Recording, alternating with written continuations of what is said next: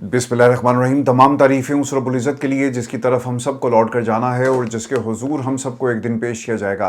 अस्सलाम वालेकुम नाज़रीन, मैं इरफान हाशमी लंदन स्टूडियो से आपको प्रोग्राम में खुशामदीद कहता हूँ। आज 16 मई है, दिन है हफ्ते का और आज की हमारी ये पहली वीडियो है। दोस्तों, पाकिस्तान के अंदर इमरान खान की जमात के ऊपर इस वक्त एक ज़बरदस्त किस्म का प्रेशर है और इस जमात के अंदर जितनी भी प्रॉक्सीज थी, ये मेरे रब का करम है कि वक्त के साथ साथ इमरान से जो मुखलिस नहीं था वो एक एक करके पाकिस्तान की आवाम के सामने मुकम्मल तौर पर नंगा हो गया।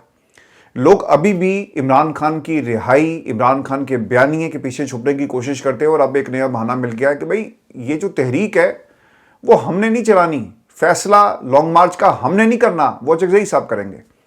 और इस प्रेशर की वजह से पाकिस्तान तहरीक इंसाफ के वर्कर ने जिस तरह से इन तमाम लोगों को दीवार के साथ लगा दिया, इनको मजबूरी की हालत में एक स्ट्रेटजी के साथ अब मैदान में आना पड़ रहा है। लोग अब सवाल करते हैं ना कि अगर इमरान खान की रिहाई के लिए कुछ नहीं कर सके, कम से कम उनकी शिफा मुंतकिली के लिए तो कुछ करो। और ख़ासतौर पर ऐसे लोग जिनके पीछे वो छुप रहे थे, अब उनको भी ख्याल आया कि यार मुझे तो ये तमाम कायदीन जो हैं यानी चकज़ई साहब वो सोच रहे हैं कि मुझे तो बदनाम कर देंगे और अगर मैंने कुछ ना किया तो वर्कर मेरा गिरेबान पकड़ेगा। अब उन्होंने ना पिछले कुछ दिनों से, जब से पार्लिमान का इजलास चल रहा है और रौनक मेला लगा हुआ है, वो पार्लिमान के फ्लोर पे खड़े होकर बार बार ताकतों को पुकार रहे हैं। दरवाजे जो बंद हो चुके हैं उनको खोलने की कोशिश कर रहे हैं। आज उन्होंने ना तकरीर की है, इसके कुछ निकात मैं आपके साथ शेयर कर देता हूँ वो क्या कह रहे हैं और उन्होंने क्या पैगाम दिया।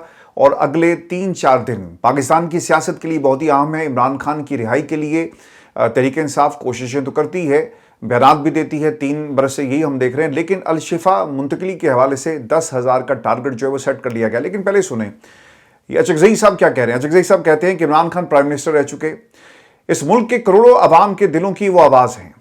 आप इतने पाकिस्तान के अंदर जालिम मत बने, आप हमेशा पुश कर रहे हैं आप हमें कि हम हंगामों की तरफ जाएं।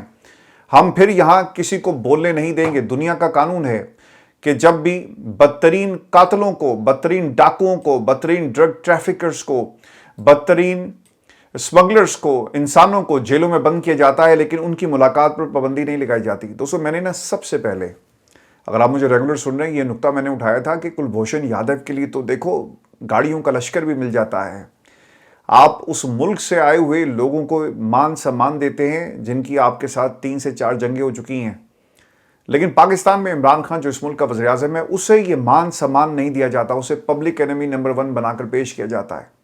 आज पाकिस्तान के अंदर अब ये पार्लिमान के अंदर ये आवाज़ उठ रही है कि दुश्मनों के लिए, लुटेरों के लिए, डाकुओं के लिए आपने सब कुछ रास्ते खोल दिए। और अगर आपको याद हो, मैंने आपको कहा था कि इस मुल्क के अंदर फरारियों के लिए, जो मुल्क के खिलाफ, जो सब्ज़ हलाली परचम के खिलाफ लड़ते हुए नजर आते हैं, उन्हें भी आप माफ़ कर देते हैं। लेकिन ये माफ़ी इमरान खान के लिए नहीं। यार छोड़ो माफ़ी को, लेकिन कम से कम आपको ये तो काम करना चाहिए था कि इमरान खान को बुनियादी हकूक़ की पामाली ना हो, उसको उसका एक्सेस दिया जाए। फैमिली से, बच्चों से आप बात करें, 3 बरस हो गए हैं।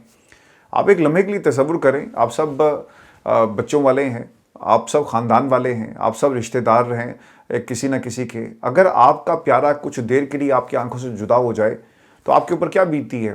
लेकिन यहाँ पर इमरान खान के ख़ानदान से उसकी मुलाकात नहीं करवाई जाती और किसी को कोई फ़र्क नहीं पड़ता। और वो लोग कहते हैं जी कि इमरान खान जेल में रहेगा तो हमारा ये कारोबार चलेगा, हमारा ये कारखाना चलेगा। दोस्तों, चकज़ई साहब ये कहते हैं कि सियासी लोग मिन्नत कर रहे हैं, दुनिया मिन्नत करती है, आप लोगों की इजाज़त नहीं देते। आप हमें कहाँ लेकर जा रहे हैं। अगर आपका फ़ैसला है, शहबाज और इसके दोस्तों का फ़ैसला है, ये नहीं चलेगा, बस हम सब खड़े होके जी शहबाज तुम लोगों का सर रहे सलामत, कौमी निशान हमारा, ऐसे नहीं होगा। जनाब स्पीकर, ये पार्लिमान पाकिस्तान की ताकत का सरचश्मा है।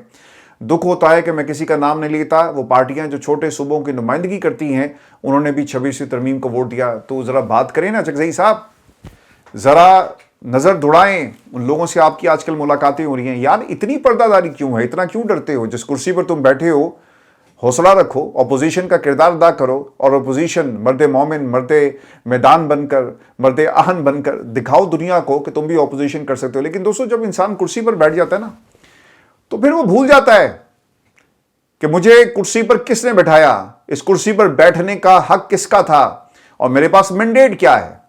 चकज़ई साहब का मैंडेट ये है कि अपोजिशन करना। ये दोस्त हमारे इमरान खान को रिहा क्या करवाएंगे। ये इमरान खान के लिए इतना नहीं कर सकते कि अलशिफा के जो दरवाजे हैं वो इमरान खान के लिए खुल सकें। आपने 25 करोड़ अवाम की नुमाइंदगी क्या करनी है मेरे भाई? अपोजिशन का काम होता है कि वो तेल पर बात करे, वो पाकिस्तान की पॉलिसीज पर बात करे, वो बिजली के बिल जैसा से ऊपर जा रहे हैं उस पर बात करे। आईएमएफ का मैंने कोई नाम इनके मुंह से नहीं सुना कि आईएमएफ क्या कर रहा है, कर्जा दिया गया, पाकिस्तान कहां स्टैंड करता है। आपको अचकजई सा मुकम्मल तौर पे लापता है। लेकिन दोस्तों, इस वक्त ये बात करने वाला टाइम नहीं है। जो असल मुद्दा है वो है इमरान खान की रिहाई और उनको अलशिफा का एक्सेस।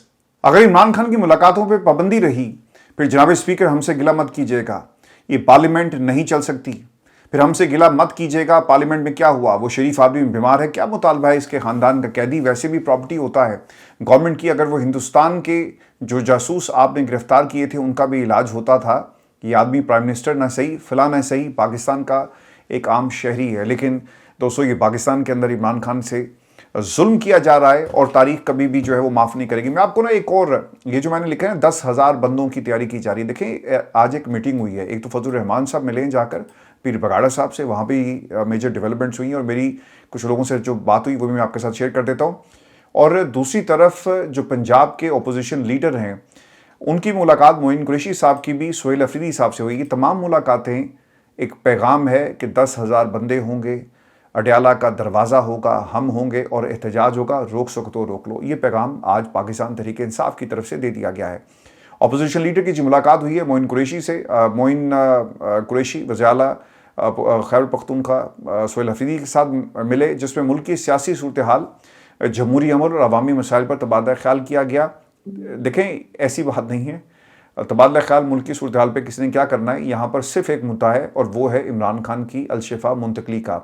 अब दोस्तों, जो खबर आ रही है इसके मुताबिक कुछ लोग और भी पंजाब से जी आकर मिले और एक काफिले की शक्ल में लोग अडयाला जेल मंगल को पहुंचेंगे अगर पीर वाले दिन इमरान खान को अलशिफा मुंतकिल नहीं किया जाता। और नईम हैदर पंजोता साहब का जी एक साउंड बाइट भी मौजूद है जिसमें उन्होंने ये बात कही कि हवा में बातें नहीं होंगी, लाएमल तय पा रहा है और 2-3 हमारे पास ऑप्शंस हैं। अपोजिशन लीडर मोइन रियाज कुरैशी को एमपीज का काफिला लाने का कह दिया गया है और टिकट होल्डर्स को अलग से हदायत दी जा चुकी हैं और कारकुनान भी अडयाला पहुंचेंगे।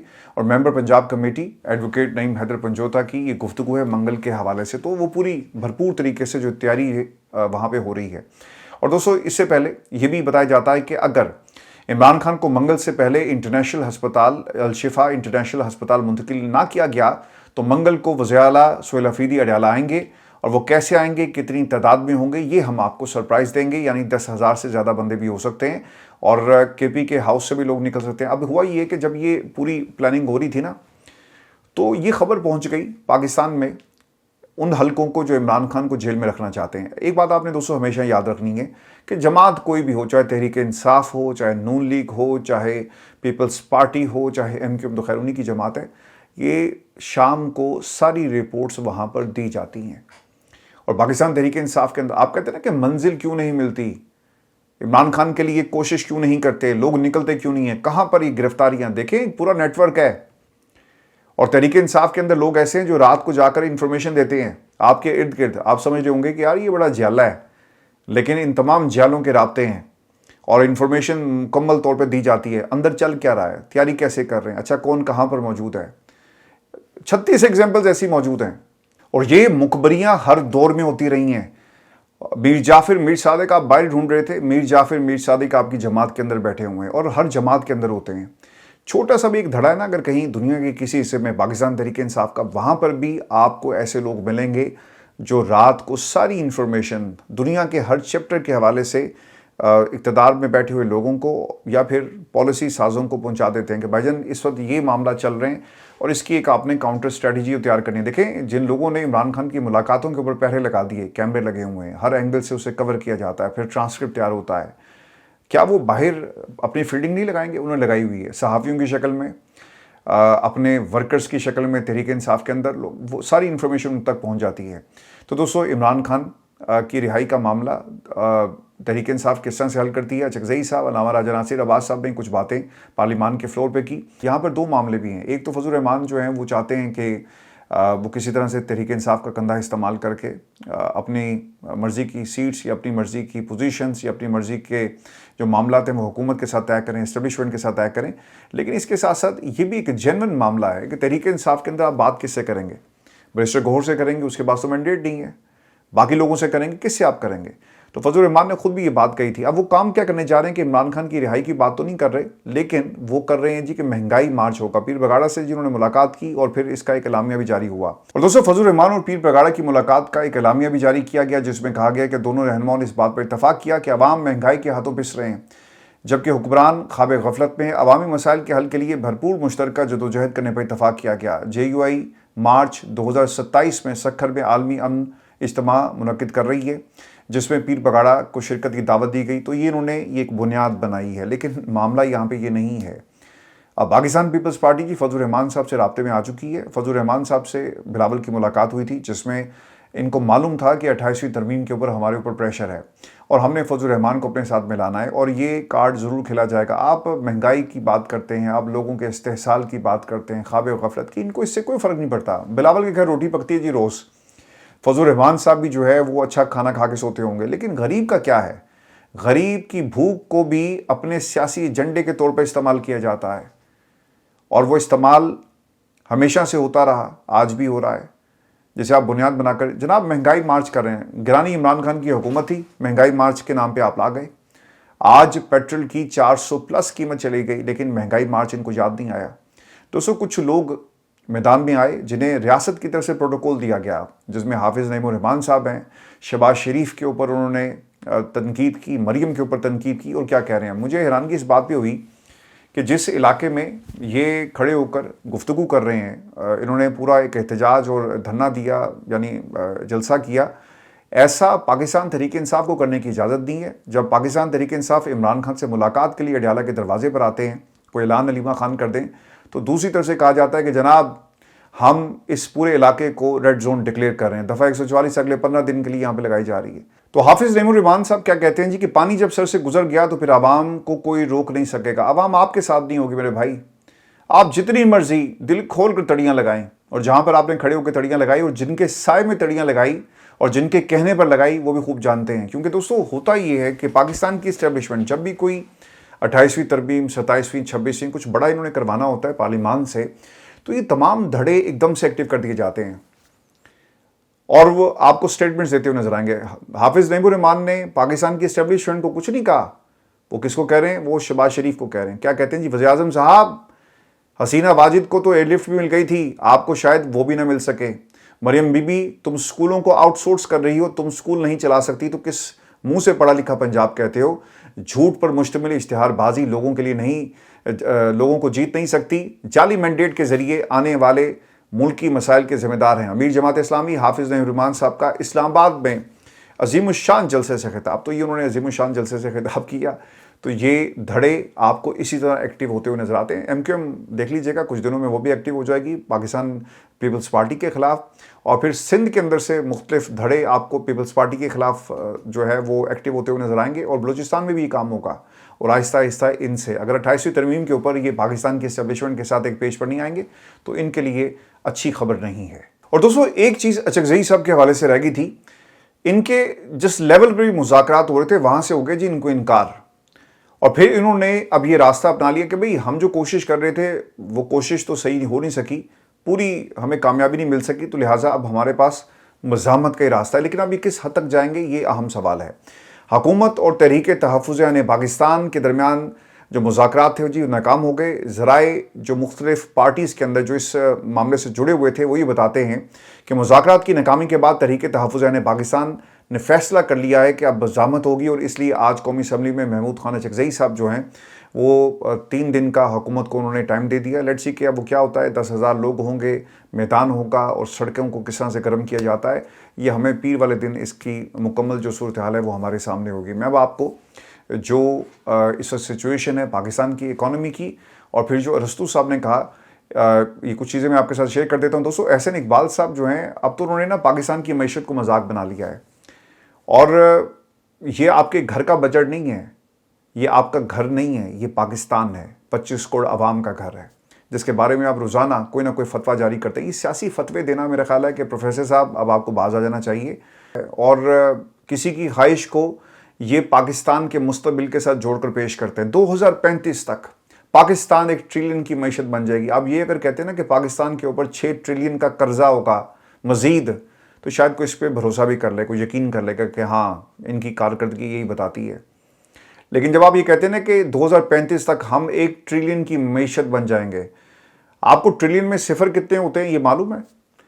क्योंकि जितने झूठ आपने पाकिस्तान की आवाम से बोले हैं, मेरा ख्याल है कि इसके बाद जो सबसे बड़ा सिफर है ना, वो आपकी ज़ात और आपकी हुकूमत और आपके लाने वाले और आपको इस कुर्सी पर बिठाने वाले और आपके रूए रवां आपकी जमात के करता धरता लोग हैं, जिन्होंने पाकिस्तान की मईशत को, पाकिस्तान को एक मजाक बना लिया। ये आपका घर नहीं है, ये पाकिस्तान की 25 करोड़ आवाम का घर है, जिसको संवारना आप लोगों को मैंडेट दिया गया। खैर इस दफ़ा तो आपके पास मैंडेट भी नहीं है। अब वो क्या कह रहे हैं जी? वो ये कहते हैं कि 2035 तक पाकिस्तान की मईशत 1 ट्रिलियन की मईशत जो है वो हो जाएगी। अब मैं आपको ना ये जो पाकिस्तान की मईशत के साथ जो खिलवाड़ हो रहा है, जो अदाद शुमार है, वो मैं आपके साथ शेयर कर देता हूँ कि इस वक्त सिचुएशन क्या है। देखिए जी, बिजली की टैरिफ में होने वाला इजाफा आम पाकिस्तानी की जेब पर बड़े हमले से कम नहीं है। फरवरी 2022 से 2026 तक जो एवरेज कीमतों में 136.8% इजाफा हुआ। सबसे ज़्यादा जुल्म 101 से 200 यूनिट इस्तेमाल करने वालों पर है। उनके लिए 4 साल में बिजली 180% महंगी हो गई। जो बिजली पहले 9.50 यानी ₹9.5 मिलती थी, अब वो 22-22.5 रुपये तक हो गई। यानी कम बिजली इस्तेमाल करने वाले भी महंगाई की चक्की में बुरी तरह पिस गए। अब होता क्या है कि आपने अगर 200 यूनिट इस्तेमाल किए तो 200 अगर एक हो गए ना, तो फिर आपके ऊपर भी वो तमाम टैक्सेस लग जाएंगे जो 300-400 वाला जो है वो इस्तेमाल कर रहा है। तो ये पाकिस्तान में एक गलत फार्मूला है। मैं आपको ना बरतानिया की आप सिस्टम से क्योंकि वाकिफ़ नहीं है, मैं आपको क्विकली बता देता हूँ कि घर के कमरे कितने, हाउस होल्ड कितने, एक घर में कितने लोग रहते हैं। तो घर चाहे अमीर का है चाहे गरीब का, आपको बिजली का एक ही जो है वो जो यहाँ पर तकसीम कार कंपनी है नेशनल ग्रिड से जो बिजली लेती हैं और फिर आम आदमी को जो कंज्यूमर है जिसको बेचा जाता है, तो उसमें कंपटीशन लगा हुआ है। और वो कंपटीशन क्या है? वो कंपटीशन ये है कि हम आपको सस्ती बिजली देंगे। तो यहाँ पर पाकिस्तान की निस्बत सस्ती बिजली, आप कहेंगे ये मैं क्या बात कर रहा हूँ, बिल्कुल ऐसे ही है। मैंने कल इसकी कैलकुलेशन निकाली, बिल मेरे सामने था और मैंने घर के कमरों को का अंदाज़ा लगाया कितने लोग यहाँ पे रहते हैं, कंजप्शन कितनी है, तो आपको ना एक एस्टिमेट बिल आ जाता है बिजली गैस दोनों का, अगर आप एक ही कंपनी के साथ हैं। तो पाकिस्तान के बिल और यहाँ के बिल ज़मीन आसमान का दोस्तों फ़र्क है। और एक इन्होंने फार्मूला निकाला हुआ है। तो रियासत माँ के जैसी बरतानिया के अंदर आपको ये चीज़ें जो हैं वो होती हुई नज़र आती हैं, पाकिस्तान में नहीं है, सिर्फ नारे हैं। तो दोस्तों अरस्तु साहब हमें 1 ट्रिलियन की मईशत का ख्वाब दिखा रहे हैं उनके लिए कि भाई 1 ट्रिलियन जो आप कह रहे हैं ना पाकिस्तान के ऊपर जो टैक्स है और हमने इन 4 सालों में कितना टैक्स दिया, कर्जा दिया, ये ज़रा मुलाहिजा करें। मजमूई तौर पर 4 साल में 22 और 26 की मैं बात कर रहा हूँ, 50,000 अरब और जिसके ऊपर 50 खरब टैक्स जो है वो लग गया। ये पिछले 70 साल के मजमूई टैक्स के बराबर है। वर्ल्ड बैंक के मुताबिक हर दूसरा पाकिस्तानी गुर्बत का शिकार हो चुका, हर तीसरा नौजवान बेरोजगार हो चुका। 1952 के बाद शरह नमू सबसे कम सतह पर आपको नजर आ रही है। और ये वो नालायक थे, नाअहल थे, जिनको पाकिस्तान में इमरान खान की हुकूमत को गिराकर आपने इनके हवाले कर दी। पाकिस्तान के जी इन हालात का जो जिम्मेदार है ना, ये तमाम वो लोग हैं जिन्होंने SIFC बनाई, जिन्होंने इस हुकूमत को बनाया और अब जो 28वीं तरमीम करने जा रहे हैं। देखें, ये जो ताकत है ना, ये बड़ी जालिम चीज़ है। जब आपके पास आती है ना, तो आप अपने आप को इतना ताकतवर महसूस करते हैं, आप ना दिल ही दिल में इस काम पे लग जाते हैं कि यार किसी तरह ये ताकत हमेशा मेरे पास रहे। ये आब हयात नहीं है, लोग इसे आब हयात समझ बैठते हैं। और दुनिया में लोगों ने, बादशाहों ने ख्वाहिश की होगी ना कि आब हयात हो तो हम पी लें तो हमेशा हम बादशाह रहेंगे। हर ज़माना, हर वक्त एक जैसा नहीं रहता। वक्त गुजर जाता है, 5 साल, 10 साल, 15 साल, इससे ज़्यादा आपके इक़्तिदार की लाइफ जो है वो नहीं है। उसके बाद इसे, ये जो शेल्फ़ लाइफ होती है ना आमिराना सोच की, ये कुछ सालों की होती है। उसके बाद आपका भी वही मकाम होगा, वही मुकद्दर होगा जो आपसे पहले वालों का था, और आपका कोई नाम भी नहीं लेगा। दोस्तों इमरान खान के लिए दुआ कीजिएगा। और खान साहब इस वक्त मुश्किल में हैं और पाकिस्तान की आवाम को किस तरफ खड़े होना है, on the right side of the history. मैं हमेशा ये बात करता हूँ, आप अपने हिस्से का और अपनी हैसियत के मुताबिक जो आपने काम करना है वो आप ज़रूर कीजिएगा। दोस्तों मैं आपको एक खबर ये भी दे दूँ, और इंटरनेशनल कुछ डेवलपमेंट्स हुई हैं, लेकिन उससे पहले एक चीज़ जो रह गई है, और जरदारी साहब को 28वीं तरमीम जो है मंजूर करवानी पड़ेगी। कुछ बातें बखूबी रही हैं। इनसाइड स्टोरी ये है कि वहाँ पे कुछ लोग बैठे थे जिन्होंने अपनी एक मीटिंग बुलाई। वहाँ पे एक सोर्स से मुझे बताया कि कुछ लोग सवाल जरदारी साहब से कर रहे थे कि हमारे पास ऑप्शन क्या है। तो उन्होंने कहा जी कि ऑप्शन ये है कि हम इनकी बात मान लें। तो दूसरी तरफ सवाल ये हुआ कि ऑप्शन अगर ये मान लिया गया तो हमें क्या मिलेगा। उन्होंने कुछ नहीं मिलेगा, हम से बच जाएंगे गिरफ्तारियों से। उन्होंने कहा जी क्या अगर हम नहीं मानते तो क्या होगा। तो उन्होंने कहा कि जी अगर आप नहीं मानते तो फिर गिरफ्तारियाँ होंगी। फिर एक ये भी सवाल हुआ कि क्या वज़ीर-ए-आज़म बिलावल को बना दिया जाएगा। तो उसका जवाब था कि नहीं, बिलावल को वो वज़ीर-ए-आज़म नहीं बना रहे। तो पाकिस्तान पीपल्स पार्टी ने दोस्तों जो रास्ता इख्तियार किया था, जरदारी साहब भी सोचते होंगे कि यार मैंने क्या काम कर दिया, जनरल को मैंने एक्सटेंशन दिलवाने के लिए पाकिस्तान में पीडीएम की हुकूमत लेकर आए, ना उसका काम हुआ ना हमारा हुआ। और असल बेनिफिशरी जो है इस पूरे खेल के अंदर या तो पाकिस्तान की इस्टेब्लिशमेंट हर गुजरते दिन के साथ बन रही है, या फिर शहबाज शरीफ साहब। शहबाज शरीफ साहब की सही गुड्डी चढ़ी हुई है, वो यस सर करते हैं। आज डोनाल्ड ट्रंप भी शहबाज शरीफ की तारीफ़ कर रहा है, और ये तारीफ़ जो है वो बाबूजी की नहीं हुई, ये शहबाज शरीफ साहब की जो है तारीफ़ हो रही है। तो ये एक डेवलपमेंट हुई। MNAs MPs अगर इनकार करेंगे तो नैब एक्टिव हो जाएगा, जैसा कि नैब को एक्टिव किया गया, और केसेस जो हैं वो दोबारा से खुलेंगे। और जरदारी साहब ने फिर बताया कि जनाब 20 से 15 जो आपके वज़ीर हैं उनको नैब पकड़ लेगी, फिर आप क्या करेंगे। तो एक तरह से कन्फ्रंटेशन का माहौल वहाँ पे नज़र आता है। मेजर जो स्टेक्स हैं वो NFC अवार्ड के हवाले से इस पर कट लगेगा।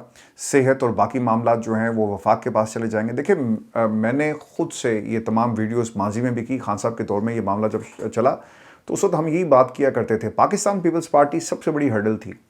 अब ये सही है गलत है, मेरे नज़दीक वफाक का कंट्रोल होना चाहिए कुछ चीज़ों के ऊपर, वो वफाक की जिम्मेदारी है।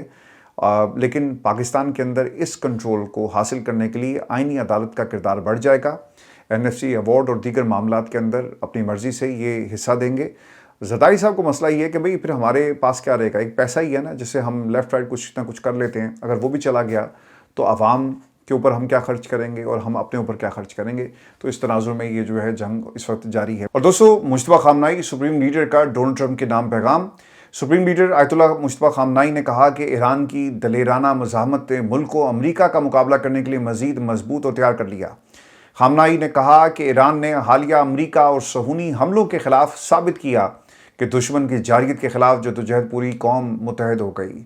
अच्छा, आपने एक कौम को जो पहले से मजबूत थी मज़ीद मजबूत कर दिया। देखिए एक आपका एक वो कहते हैं ना पंजाबी में चाका होता है, वो चाका निकल गया है।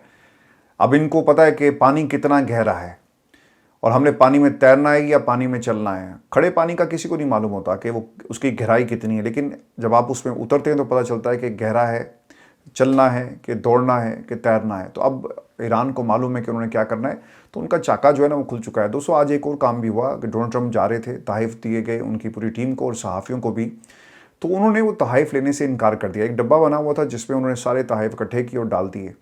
अब बताई जाता है कि ये जो डिवाइसेस हैं इनके अंदर सॉफ्टवेयर्स कुछ ऐसे इवन के जो इंटरनेट आप इस्तेमाल कर रहे हैं उनके ज़रिए ख़तरा ये था कि इसमें कहीं इंस्टॉल ना कर दिए जाएँ। और बहुत ही महदूद पैमाने पर जो कम्युनिकेशन है वो की गई सहाफ़ियों की तरफ से भी और डोनाल्ड ट्रंप की टीम के अंदर जितने भी लोग मौजूद थे। और ये भी बताया जाता है कि जो इनके असल फ़ोन थे उन्हें साथ नहीं ले जाया गया, और जो इनके पास फ़ोन थे वो सिर्फ़ और सिर्फ कम्युनिकेशन के लिए इस दौरे के हवाले से उनको इस्तेमाल में लेकर आया गया और बाद में उसको डिस्पोज ऑफ कर दिया गया। वहाँ पे जितने भी सहाफ़ी हैं ये भी बताते हैं कि हमने जो कम्युनिकेशन लिंक्स थे उनको इसलिए इस्तेमाल नहीं किया कि हमें नहीं पता कि वो डिवाइसेस के अंदर कुछ ऐसे सॉफ्टवेयर जो हैं वो शामिल कर दें, डाउनलोड कर दें जो हमारी निगरानी करते हैं। तो ख़ास तौर पे एयरफोर्स वन में जितने भी लोग मौजूद थे, सहाफ़ी जितने भी डेलीगेशन उनके साथ गए डोनाल्ड ट्रंप के साथ, उनके फ़ोन्स वहाँ पर कब्ज़े में ले लिए गए, उनको वहीं पर डिस्पोज ऑफ कर दिया गया और उसके बाद उन्हें एयरफोर्स वन के अंदर बैठने की इजाज़त दी गई। अब चाइना का जो सिस्टम है ना वो पूरी दुनिया से कटा हुआ है। आप अभी सर्च करके देख लें कि वहाँ पे यूट्यूब नहीं है जी, वहाँ पे व्हाट्सएप नहीं है, वहाँ पे इनके अपने कम्युनिकेशन डिवाइसेस हैं। और दोस्तों जो मेजर ऑब्जर्वेशन है, बताया जाता है जी कि अमरीकी हुकाम को खबरदार किया गया कि चीन में निगरानी और हैकिंग के खतरात टेक्नोलॉजी के रोज़मर्रा इस्तेमाल तक फैले हुए हैं। कुछ भी आपने अगर टेक्नोलॉजी किसी किस्म की वहाँ पे इस्तेमाल की है तो ऐन मुमकिन है कि वो आपके डिवाइसेस को हैक कर लें।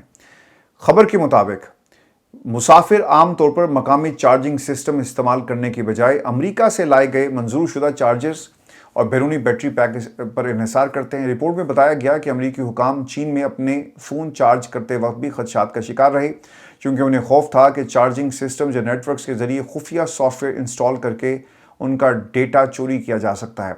दूसरी जानिब चीनी सफारतखाने के तर्जुमान ने इन तमाम इल्ज़ामात की तरदीद करते हुए मीडिया को बताया कि चीनी हुकूमत कानून के मुताबिक डेटा प्राइवेसी और सिक्योरिटी के तहफ़्फ़ुज़ को आला तरजीह देती है, और ये भी बताया कि चीनी हुकूमत को कभी भी कानून की खिलाफ वर्जी करते हुए कारोबारी इदारों या अफराद का डेटा हासिल करने की ज़रूरत नहीं पड़ी है।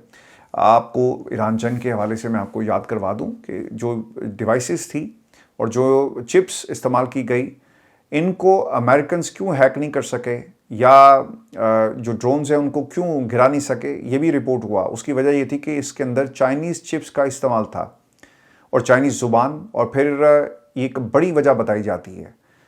और इनकी जो टेक्नोलॉजी है वो वैसे टोटली डिफरेंट है। इनका अपना मैसेंजर है, अपना हम व्हाट्सएप यूज़ करते हैं 2007-8 से मैं सुन रहा हूँ जी, इनका कोई मैसेंजर है जिसे वो कुकू कहते हैं, और ये आपस की डेली जो कम्युनिकेशन है उसके लिए इस्तेमाल किया जाता है। व्हाट्सएप वहाँ पे नहीं चलता और दीगर चीज़ें भी वहाँ पे नहीं चलती। इवन के टिकटॉक को भी इवन डोनाल्ड ट्रंप ने कहा था कि हम इसको अपने मुल्क के अंदर बैन कर रहे हैं। द रीज़न वॉज कि ये एक तरह से स्पाई सॉफ्टवेयर है, स्पाई प्लेटफॉर्म था जो जासूसी के लिए इस्तेमाल किया जाता रहा। अपना ख्याल रखें दोस्तों, ये हमारी आज की वीडियो थी।